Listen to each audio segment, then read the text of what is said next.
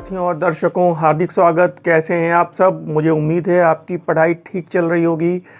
त्योहारों की वजह से अपनी पढ़ाई को आप डिस्टर्ब मत होने दीजिएगा और इसीलिए मैं कोशिश करूंगा कि आपकी इस ब्रह्मास्त्र टेस्ट सीरीज़ को लगातार लेकर उपस्थित होता रहूं। और आइए देखते हैं आज की ब्रह्मास्त्र टेस्ट सीरीज़ में कौन कौन से प्रश्न शामिल किए गए हैं। पहला प्रश्न आपकी स्क्रीन पर आने के लिए तैयार है। देखिए, जैसा कि आप देख पा रहे होंगे, पहला प्रश्न आपकी स्क्रीन पर है और ये प्रश्न हड़प्पा सभ्यता से लिया गया है और बहुत शानदार प्रश्न है। वह नगर हड़प्पा सभ्यता का जिसकी नगर योजना, थोड़ा ध्यान से देखिएगा, उसकी वो टाउन प्लानिंग के बारे में क्वेश्चन है। अपवाद स्वरूप तारांकित पद्धति को शो करती है, स्टार शेप्ड पैटर्न को दिखाती है, का अनुसरण करती है, वो नगर कौन सा है? आपके पास चार ऑप्शन है: हड़प्पा, लोथल, कालीबंगा और बड़ावली। इस प्रश्न का हम लोग जवाब दें इसके पहले ये समझ लीजिए कि हड़प्पा सभ्यता की जो उसके नगरों की नगर योजना है वो चेस बोर्ड पैटर्न को फॉलो करती है। ये एक बढ़िया बात है, पहले आप इसको देख लीजिए। चेस बोर्ड पैटर्न का मतलब है इसकी सड़कें एक दूसरे को समकोण पर काटती हैं और नगरों को आयताकार एवं वर्गाकार खंडों में विभक्त करती हैं। तो इसी को नेट सिस्टम भी कहा गया है, इसी को ग्रिड सिस्टम भी कहा गया है, जाल पद्धति। तो मुझे उम्मीद है ये बात पहले तो क्लियर हो रही है कि हड़प्पा सभ्यता के सभी नगरों की जो योजना है, जो प्लानिंग है, वो समकोण पर काटती हैं सड़कें और उसको कहा गया है शतरंज की जाल पद्धति या चेस बोर्ड पैटर्न। एक बात तो ये आपको क्लियर हो जानी चाहिए। अब प्रश्न ये कह रहा है कि कौन सा नगर ऐसा है जिसकी नगर योजना अपवाद स्वरूप तारांकित पद्धति का अनुसरण करती है। इसका मतलब यह है कि इस नगर की सड़कें एक दूसरे को समकोण पर नहीं काटती हैं। तो मुझे बताइए, आप जवाब दे सकते हैं। चार ऑप्शन देख लीजिए: हड़प्पा, लोथल, कालीबंगा और बड़ावली। फटाफट जवाब दीजिए और सभी लोग क्लास में पार्टिसिपेट करिए। बहुत महत्वपूर्ण प्रश्न है ये। देखिए, कंफ्यूजन की स्थिति नहीं रहनी चाहिए और मैं आपको बता देता हूं, इसमें सही जवाब है बड़ावली, यद्यपि कि कुछ लोगों ने सही जवाब दिया है। बड़ावली एक ऐसा नगर है जिसकी नगर योजना स्टार शेप्ड पैटर्न को फॉलो करती है, का अनुसरण करती है। इसका मतलब इसकी सड़कें एक दूसरे को आड़ी तिरछी काटती हैं। इसका मतलब ये भी हो गया कि तारांकित पद्धति। इसका मतलब ये भी हो गया कि बड़ावली से हमारे पास पंचराहों के साक्ष्य मिलेंगे। ध्यान रखिएगा, पंचराहे तभी मिलेंगे जब सड़कें एक दूसरे को समकोण पर नहीं काटेंगी। चौराहे तभी बनेंगे जब 90 डिग्री का एंगल आ रहा है। पंचराहे नहीं बनेंगे 90 डिग्री के कंडीशन में। जैसे ही इस कंडीशन को हम छोड़ देंगे वैसे ही पंचराहे बनेंगे। तो एक बड़ी बात है, इसी को कहते हैं स्टार शेप्ड पैटर्न या इसी को कहते हैं तारांकित पद्धति और इसी को कहते हैं सड़कें आड़ी तिरछी काटती हैं या किस नगर से पंचराहों के साक्ष्य मिलते हैं। तो जवाब आपको पता लग गया होगा और ये है बड़ावली। बहुत परेशान होने की ज़रूरत नहीं है, ध्यान रखिएगा, प्रश्न पूछा जा सकता है। अगला प्रश्न देखिए, क्वेश्चन नंबर 2।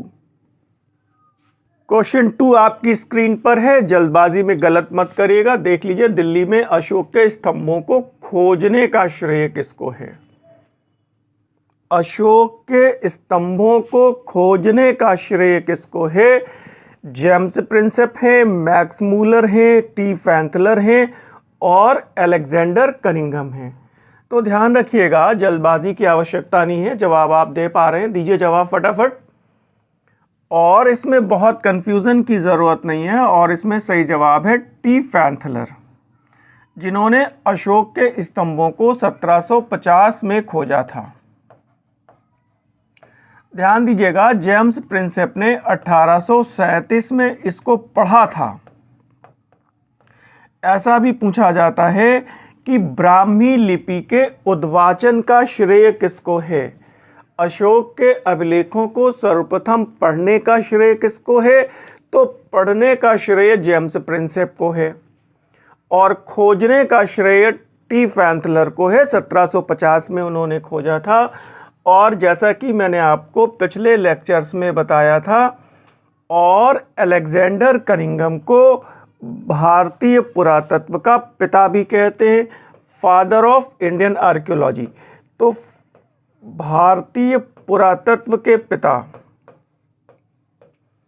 Alexander Cunningham. ये कई प्रश्न हैं, और अच्छे से इसको तैयार रखिएगा, अच्छे से याद रखिएगा। हड़बड़ी में गलती होती है। मैं बार बार समझा रहा हूँ, पीजीटी की परीक्षा के लिए बहुत विशेषीकृत अध्ययन की आवश्यकता नहीं है। आपके सामान्य प्रश्न गलत हो रहे हैं, और ये अच्छे छात्रों के ज़्यादा गलत हो रहे हैं। इस गलती को थोड़ा कम करिए, मिनिमाइज करिए। और आइए हम लोग देखते हैं अगला और तीसरा प्रश्न। क्वेश्चन 3 मौर्य प्रशासन से है। आप पढ़िए और देखिए, जल्दबाजी मत करिएगा। पूछ रहा है रूप दर्शक क्या था। मौर्य प्रशासन में रूप दर्शक क्या था। रूपा जीवाओं का अध्यक्ष, सोना चांदी तांबे का परीक्षक, आहत सिक्कों का परीक्षक, या फिर गणिकाओं का अध्यक्ष। बहुत करीबी जवाब है, और मुझे उम्मीद है आप जवाब दे पाएंगे। फटाफट जवाब दीजिए, गलत नहीं होना चाहिए। इस प्रश्न का जवाब दीजिए फटाफट। देखिए, थोड़ा सा ध्यान दीजिएगा, एक कंफ्यूजन होता है छात्रों में अक्सर। मैं बता रहा हूं आपको, रूप दर्शक और फटाफट ये दिमाग में आता है रूपा जीवाओं का अधीक्षक, तो ये गलत हो जाएगा। पहले आप ये समझ लीजिए रूप दर्शक क्या है। तो मैं आपको बताना चाहता हूं, रूप दर्शक आहत सिक्कों का परीक्षक है, या आप ऐसे कह सकते हैं बाजार में उपलब्ध नकली सिक्कों की जांच भी करता है। ये रूप दर्शक नकली सिक्कों की जांच भी करता है। नकली सिक्कों की जांच करने वाला अधिकारी।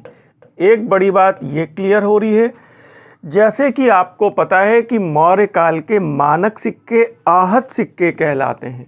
तो यहाँ पर यह प्रश्न कह रहा है कि रूप दर्शक क्या था, तो आप इसको चुन सकते हैं, और आपने चुना भी है आहत सिक्कों का परीक्षक। ये बात क्लियर हो रही है। अब एक बात ध्यान रखिएगा, ये रूपा जीवाएं कौन थीं, कि मौर्य काल में ये रूपा जीवाएं कौन थीं। तो ध्यान रखिएगा, ये रूपा जीवाएं मौर्य काल में वैश्याएं थीं। आपको ये भी ध्यान रखना चाहिए कि इन वैश्याओं के लिए कौटिल्य ने एक अधिकारी की अनुशंसा की है, और उसका नाम है बंधकी पोषक। ये बात बहुत इंपॉर्टेंट है। छात्र जल्दबाजी में गलत करते हैं। तो रूपा जीवाओं का अधीक्षक कौन था? ये था बंधकी पोषक। और यहाँ पे जैसा कि आप देख पा रहे हैं, गणिकाओं का अध्यक्ष। तो गणिकाओं के अध्यक्ष के लिए कौटिल्य ने एक अधिकारी की नियुक्ति की है, और उसको वो कहते हैं गणिका अध्यक्ष। ध्यान रखिएगा, गणिकाएं नृत्य और गायन में पारंगत होती थीं। नृत्य, गायन और संगीत के माध्यम से अपनी आजीविका का उपार्जन करने वाली महिलाओं को गणिकाएं कहा गया है। ऐसी महिलाएं जो देह वृत्ति में लिप्त थीं, उनको रूपा जीवाएं कहा गया है। और इन रूपा जीवाओं का अध्यक्ष था बंधकी पोषक। ये बात बहुत क्लियर रहनी चाहिए, बहुत जल्दबाजी में फटाफट गलत होता है। एक बात मैं आपको जैसे बताता हूँ, एक और प्रश्न आता है मौर्य काल से, मैं यहाँ पे अलग से आपको डिस्कस कर रहा हूँ, और पूछा जाता है कि पौतवा अध्यक्ष मौर्य काल में क्या था। और पहला ही ऑप्शन अक्सर करके ये होता है राजकीय पोतों का अध्यक्ष, और वो गलत हो जाता है। फिर आपको ध्यान रखना चाहिए पौतवा अध्यक्ष था, जहाँ तक मैं याद कर पा रहा हूँ, माप तौल का अधिकारी। मुझे बताइए सही बता रहा हूँ? माप तौल का अधिकारी पौतवा अध्यक्ष था। और इसमें राजकीय पोतों के अध्यक्ष की बात आ जाती है और जल्दी से आप वही चुन देते हैं। ये खतरनाक गलती मत करिएगा। और यहाँ पर रूपदर्शक आहत सिक्कों का परीक्षक है। और आइए देखते हैं अगला प्रश्न। क्वेश्चन नंबर 4 आप देख लीजिए, क्या कह रहा है। गुजरात, सौराष्ट्र, काठियावाड़ में गिरनार पहाड़ी के समीप पुष्यगुप्त ने, थोड़ा ध्यान रखिएगा, बहुत जल्दबाजी नहीं करनी है हम लोगों को।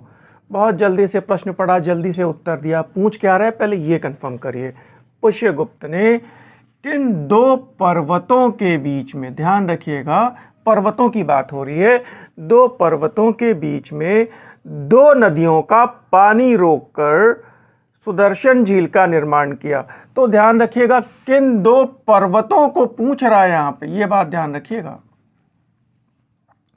विंध्य एवं रैवतक, रैवतक एवं ऊर्जयत, ऊर्जयत एवं विंध्य, सुवर्णसिक्ता एवं पलाशिनी। तो आप बताइए फटाफट, इसमें गलती नहीं होनी चाहिए और जल्दी से जवाब दीजिए फटाफट सभी लोग। आपको ये ध्यान रखना चाहिए सुवर्णसिक्ता और पलाशिनी मत चुन दीजिएगा, ये नदियां हैं, वो पर्वतों को पूछ रहा है। और बिल्कुल सही जवाब दे रहे हैं आप लोग। ये है रैवतक एवं ऊर्जयत पर्वतों के बीच में पुष्यगुप्त ने सुदर्शन झील का निर्माण करवाया। ये बात किन 2 नदियों के बीच में, तो आप ध्यान रखिएगा पर्वत रैवतक एवं ऊर्जयत हैं। और अगर नदियां पूछ रहा है तो ये 2 नदियां हैं, सुवर्णसिक्ता और पलाशिनी। जहां तक मैं समझ पाता हूं, सुदर्शन झील से एक प्रश्न हमेशा पूछे जाने की परंपरा रही है। अलग अलग समय पे अलग अलग ढंग से पूछा जाता है। तो आपको ये ध्यान रखना चाहिए पुष्यगुप्त इस समय चंद्रगुप्त मौर्य के समय है। ये सौराष्ट्र गुजरात का राज्यपाल चंद्रगुप्त मौर्य के समय है ये। फिर इसके बाद आप देखते हैं अशोक के समय, इसमें से नहरें किसने बनवाई, तो अशोक के समय इसमें से नहरें बनवाने वाला था तुशाश्व। पुष्यगुप्त किसके समय में है, चंद्रगुप्त मौर्य के समय में है। ये बात क्लियर हो रही है। अशोक के समय सौराष्ट्र का राज्यपाल तुशाश्व है, इसने इसमें से नहरें निकलवाई।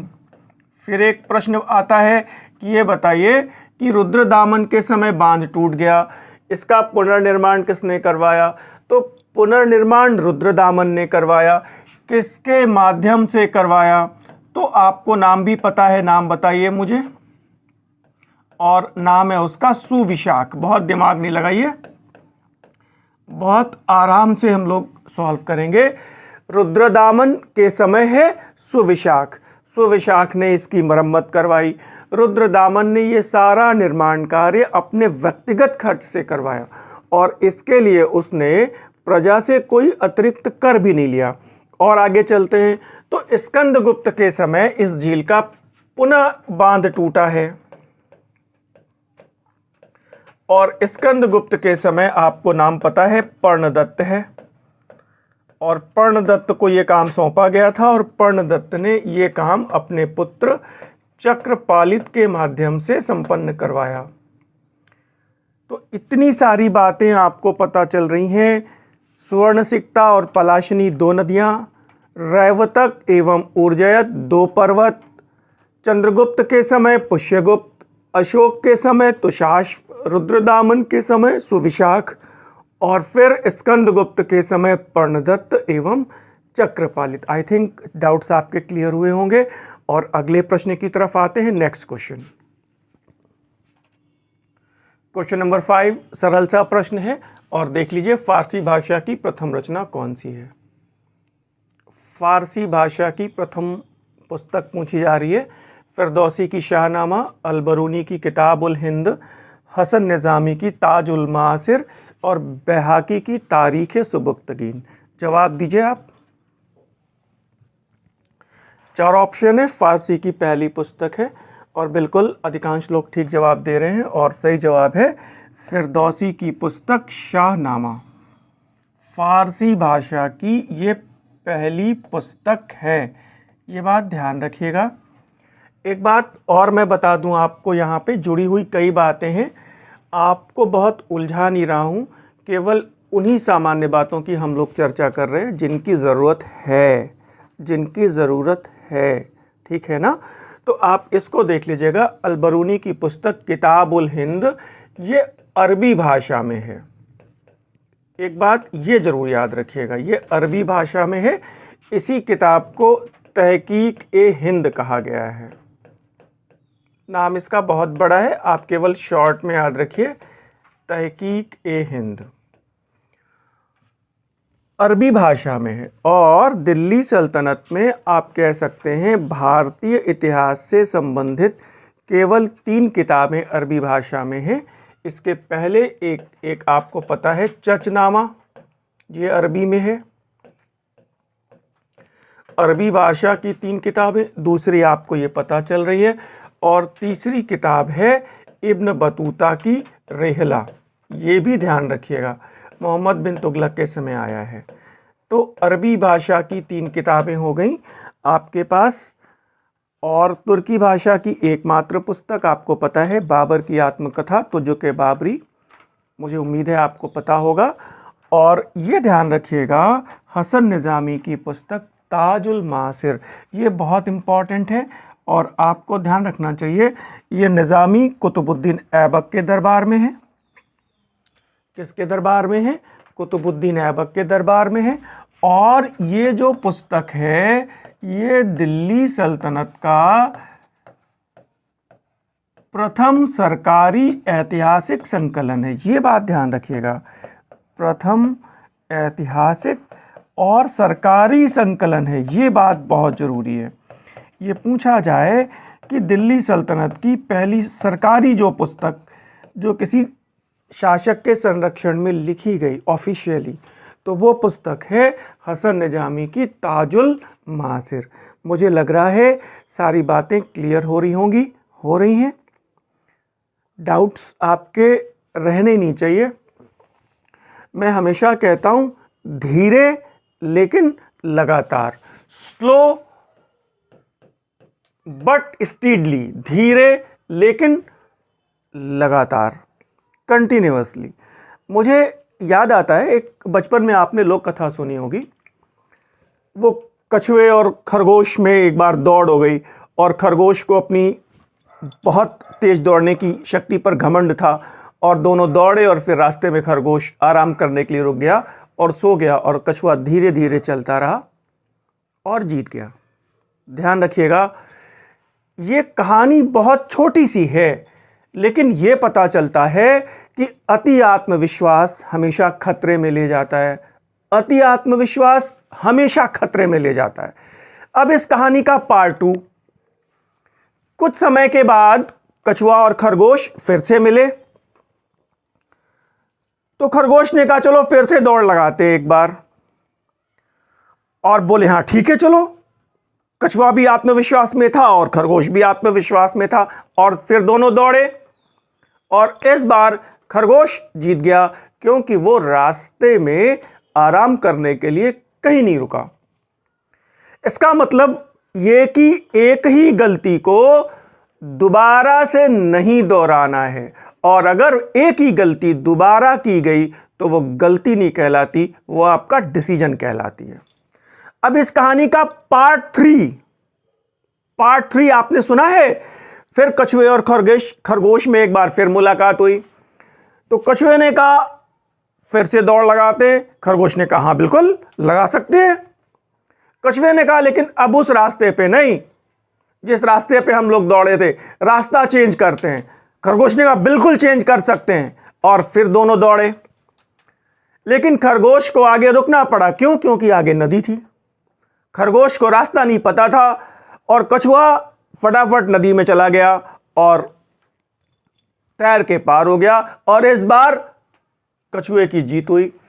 कहानी ये सिखाती है कि जिस रास्ते पर आप चल रहे हैं उसके सारे जिगजैग, सारे ट्रिक्स एंड ट्रैक्स आपको पता होने चाहिए। केवल आत्मविश्वास ही आपको सफलता की सीढ़ी पर नहीं ले जा सकता। आप कहते हैं पढ़ाई कर रहे हैं तो एजुकेशन इन राइट डायरेक्शन, आपकी दिशा भी सही होनी चाहिए, आपकी स्ट्रेटजी भी सही होनी चाहिए। यह कहानी यह भी बताती है कि स्ट्रेटजी बनाओ अपनी क्षमताओं के अनुसार, अपनी कैपेबिलिटी के अनुसार। अब देखो इस कहानी का फाइनली पार्ट 4।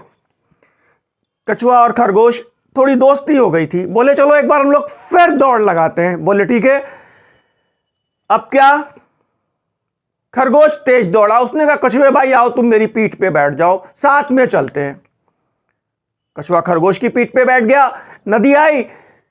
कछुए ने कहा खरगोश भाई आओ तुम मेरी पीठ पे बैठ जाओ, और नदी पार कर गए दोनों, और दोनों साथ में पहुंचे मंजिल पे।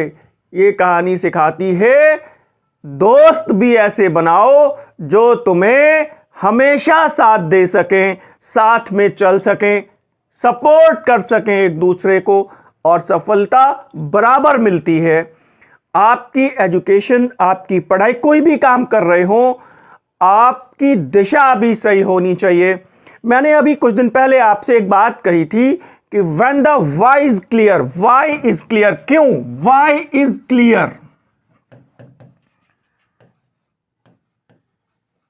क्यों जब क्लियर है, किसी काम को क्यों करना है, then how it easy, how is easy, तब यह बहुत आसान है कि इसे कैसे करना है। जब आपको यह पता ही नहीं है कि इस काम को क्यों करना है, बस करना है, तो वो काम टलता रहेगा। लेकिन जब यह डिटर्मिनेशन हो जाए कि क्यों करना है तो कैसे करना, रास्ता अपने आप बन जाता है। ऐसे कहते हैं where there is will there is a way, जहां पे चाहे वहां पे राह है। और आइए देखते हैं अगला क्वेश्चन। अब प्रश्न संख्या 6 मॉडर्न इंडिया से है। आसान सा प्रश्न है, कौन सा व्यक्ति था जिसने Congress socialist party, Congress Samajwadi party के निर्माण के लिए प्रोत्साहन तो दिया, समर्थन तो दिया, परंतु वो स्वयं इसके सदस्य नहीं थे। 4 ऑप्शन है। प्रश्न आप देख पा रहे होंगे, फिर से देख लीजिए क्लियर कट। अच्युत पटवर्धन, जवाहरलाल नेहरू, जयप्रकाश नारायण और आचार्य नरेंद्र देव। देख पा रहे हैं? जवाब दीजिए जो इसका सदस्य नहीं था।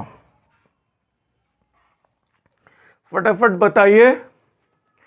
दिक्कत तो नहीं आ रही और नहीं भी आनी चाहिए, बिल्कुल ठीक ही है। और सही जवाब है जवाहरलाल नेहरू। जवाहरलाल नेहरू कांग्रेस समाजवादी पार्टी के लिए इन्होंने प्रोत्साहन तो दिया, लेकिन खुद इसके सदस्य नहीं थे। नेहरू ने खुद भी कभी घोषणा करी है कि मैं समाजवादी हूं। एक बात मुझे और याद आ रही है, जयप्रकाश नारायण की एक पुस्तक है वाई सोशलिज्म। यह पुस्तक कई बार पूछी गई है, आप याद रखिएगा। यहां पर जवाब यह है, जयप्रकाश नारायण की मैं आपको पुस्तक बता रहा हूं, समाजवाद ही क्यों, समाजवाद ही क्यों। यह पुस्तक कई बार पूछी गई है। प्लीज़ आप इसको याद रखिए, भविष्य में काम आ सकता है। और आइए एक इन्फॉर्मेशन मैं आपसे और शेयर कर देता हूं, आप चाहें तो इसका स्क्रीनशॉट ले लीजिएगा। ये जानकारी आपके सामने है। अक्टूबर 1934 में बम्बई में कांग्रेस समाजवादी पार्टी की स्थापना की गई और इनके नेताओं में आप नाम देख पा रहे हैं, जयप्रकाश नारायण हैं, आचार्य नरेंद्र देव हैं और मीनू मसानी हैं। ध्यान रखिएगा, जवाहरलाल नेहरू नहीं है। बात क्लियर हो रही है, आप देख सकते हैं। और अगला प्रश्न भी हम लोग फटाफट डिस्कस करते हैं। क्वेश्चन नंबर 7 आपकी स्क्रीन पे है। बहुत बड़ा सा प्रश्न है और आप देख पा रहे हैं कि किस विदेशी यात्री ने अपनी पुस्तक स्टोरियो डी मोगोर, बस यही की पॉइंट है इसका, स्टोरियो डी मोगोर, ये पिन पॉइंट है इसका, में लिखा कि औरंगजेब ने दारा शिकोह को मृत्युदंड देने के पहले पूछा कि अगर यह दृश्य बदल जाए तो तुम मेरे साथ क्या सलूक करोगे। तो दारा ने उत्तर दिया कि मैं तुम्हारे शरीर के 4 टुकड़े करके इन टुकड़ों को दिल्ली के चारों मुख्य द्वारों पर टंगवा दूंगा। तो बेसिकली अब यहाँ पर पिन पॉइंट क्या है? पिन पॉइंट ये है, वो ये पूछ रहा है कि स्टोरियो डी मोगोर में ये स्टेटमेंट किसने लिखा है। इस प्रश्न को थोड़ा और समराइज कर दूं तो सीधा सीधा सा जवाब है कि स्टोरियो डी मोगोर पुस्तक किसकी है? फ्रांसिस वर्नियर की, विलियम फिंच की, विलियम नॉरिस की या फिर मनुची की। तो जवाब दे सकते हैं और बिल्कुल बिल्कुल बिल्कुल सही जवाब आ रहा है और सही जवाब है मनुची। मनुची की पुस्तक है स्टोरियो डी मोगोर। ठीक है, ये पुस्तक किसकी है? ये है मनुची की। दारा शिकोह का तोपची भी रहा है ये मनुची। ये आपको मैंने पिछले लेक्चर में भी कोई ऐसा प्रश्न आया होगा तो वहां पर मैंने चर्चा की थी कि दारा शिकोह का तोपची कौन था, तो वो यही था, मनुची था। और मैंने आपसे ये भी बताया था कि वो शिवाजी महाराज के साथ औरंगजेब की जो संधि होती है, पुरंदर की संधि, उसमें भी ये मनुची मौजूद है। आपको याद आ रहा होगा, मुझे बताइए, याद है? और यहाँ पर मैं आपको बताना चाहता हूँ कि विलियम फिंच की एक बात है और इसने जहांगीर और अनारकली की दंत कथा का उल्लेख किया है, यह भी ध्यान रखिएगा। केवल यही एकमात्र विदेशी यात्री है जो जहांगीर और अनारकली की दंत कथा का उल्लेख करता है। और फ्रांसिस वर्नियर की किताब का नाम आप मुझे बता पाएंगे क्या? मुझे बता सकते हैं तो बताइएगा। और फ्रांसिस वर्नियर की पुस्तक है travels in Mughal empire. Travels, ये ई है, ट्रेवल्स इन मुगल एम्पायर। तो वर्नियर की पुस्तक हो गई travels in Mughal empire, Manucci की पुस्तक हो गई स्टोरियो डी मोगोर, और विलियम फिंच जहांगीर के समय आया है। और मैंने आपको बताया कि वही एक मात्र विदेशी है जो जहांगीर और अनारकली की दंत कथा का उल्लेख करता है। और आइए हम लोग देख लेते हैं अगला क्वेश्चन नंबर 8। क्वेश्चन नंबर 8 आप देखिए, दक्षिण भारत में स्थित किस स्तूप अवशेषों में दशरथ जातक का शिल्पांकन प्राप्त होता है? दशरथ जातक का चित्रांकन, इस कथा का चित्रांकन किस स्तूप में है? 4 ऑप्शन हैं आपके पास, नागार्जुनीकोंडा, अमरावती और गुम्मीडीडुर्रू और फनीगिरी। 4 ऑप्शन हैं। जवाब दे पाएंगे? मैं बता दूं, चलिए ये 2 मैं अपने आप हटा दे रहा हूं, अब आप जवाब दे पाएंगे। जवाब दे पाएंगे? फटाफट बताइए। और सही जवाब नागार्जुनीकोंडा है, ध्यान रखिएगा। और अमरावती को एक चीज़ बता दूं, इसका प्राचीन नाम धान्यकटक है। बस यूं ही बता दे रहा हूं, ध्यान रखिएगा, क्या पता शायद कभी पूछा गया है, पूछ लिया जाए। और आप ध्यान रखिएगा, दशरथ जातक का शिल्पांकन नागार्जुनीकोंडा स्तूप में है। ठीक है, आगे बढ़ते हैं। एक इन्फॉर्मेशन आप चाहें तो नोट कर लीजिए, मैं आपसे शेयर करता हूं। आप इस इन्फॉर्मेशन को देख पा रहे होंगे, पढ़ लीजिए। दशरथ जातक का शिल्पांकन नागार्जुनीकोंडा स्तूप अवशेषों में मिलता है, ये इंपॉर्टेंट बात है। यद्यपि कि यह जातक संस्कृत महाकाव्य रामायण का बौद्ध संस्करण है। एक इंपॉर्टेंट बात ये भी है, इसका मतलब ये हो गया कि रामायण का बौद्ध संस्करण दशरथ जातक के नाम से जाना जाता है। बौद्ध संस्करण दशरथ जातक के नाम से जाना जाता है। एक प्रश्न अभी नेट में भी आया है और बहुत सारे प्रश्न आपके लगभग दोनों शिफ्टों में मिला करके जो हम लोगों ने स्मृति के आधार पे प्रश्नों का कलेक्शन किया है, लगभग 36 प्रश्न आपकी टेस्ट सीरीज से आए हैं, एकदम एज इट इज़ आए हैं। विकल्प बदले हुए हैं यद्यपि की, लेकिन सही विकल्प तो मिलेगा ही आपको उसमें। आप इसको देख लीजिएगा, रामायण का जैन संस्करण क्या कहलाता है। रामायण का जैन संस्करण, ये प्रश्न हमेशा पूछा जाता है नेट में, यूपीएससी में और पीजीटी में भी पूछा जा सकता है, और वो है पौमचर्यु। और जहाँ तक मैं समझ पा रहा हूँ ये रचना जैन संस्करण विमल सूरी की रचना है। आप एक बार आप भी देख लीजिएगा, लेकिन इस इंफॉर्मेशन को याद रखिए, रामायण का बौद्ध संस्करण दशरथ जातक और रामायण का जैन संस्करण पौमचर्यु, और लिखने वाले कौन हैं? विमल सूरी। ये बात क्लियर हो गई। आगे बढ़े, नेक्स्ट क्वेश्चन। क्वेश्चन नंबर 9 देखिए, बड़ा इंपॉर्टेंट है, नेट में पूछा गया है, दोबारा से असिस्टेंट प्रोफेसर में पूछा गया है। Aurangzeb the man and the myth नामक पुस्तक किस विश्व प्रसिद्ध इतिहासकार ने लिखी है? ध्यान दीजिएगा, Aurangzeb the man and the myth नामक पुस्तक किस विश्व प्रसिद्ध इतिहासकार ने लिखी है? 4 ऑप्शन है, Audrey Truschke, E M. Forster, Katherine Mayo और कैथरीन ब्राउन। आप जवाब दे पाएंगे, मुझे उम्मीद है, थोड़ा कठिन भी है, कुछ लोग ही दे पाएंगे। जवाब दीजिए आप फटाफट। चलिए मैं आपको जवाब बताता हूं, और इसमें सही जवाब है ऑड्री ट्रचस्के। ध्यान रखिएगा, और यहां से 3 प्रश्न मैं आपसे और डिस्कस कर देता हूं। दूसरा प्रश्न ये है, कैथरीन मेयो की एक पुस्तक है, पूछी गई है इसलिए मैं बता रहा हूं, और वो है मदर इंडिया। Very important. और आपसे मेरा ये अधिकार बनता है कि मैं आपसे ये प्रश्न पूछूं कि ई.एम. फॉस्टर की पुस्तक कौन सी है, क्योंकि ये पुस्तक भी कई बार पूछी गई है। ई.एम. फॉस्टर के नाम से पूछी गई है या फिर पुस्तक का नाम दिया गया है? नाम बताइए पुस्तक का। और पुस्तक का नाम है अ पैसेज टू इंडिया। ध्यान रखिएगा, इन प्रश्नों में कंफ्यूजन ना हो। मैं कोशिश करता हूं कि बहुत सामान्य प्रश्न आपसे डिस्कस ना करूं, कम से कम उतने ही परीक्षोपयोगी और रेलेवेंट प्रश्न आपसे डिस्कस करूं जिनकी परीक्षा में पूछे जाने की उम्मीद है। बात समझ रहे? इन 10 प्रश्नों में लगभग 40 प्रश्न, 35 से 40 प्रश्न आपके कवर हो रहे हैं। और आइए हम लोग देखते हैं अगला और 10वां प्रश्न। क्वेश्चन नंबर 10 मॉडर्न इंडिया का है, कठिनतम प्रश्नों में एक है, आप पढ़ लीजिए। सत्ता की लालच भी भारत के विभाजन को स्वीकार करने का एक महत्वपूर्ण कारण था। सत्ता की लालच भी भारत के विभाजन को स्वीकार करने का एक बहुत बड़ा कारण था, महत्वपूर्ण कारण था। बहुत ही खतरनाक प्रश्न है।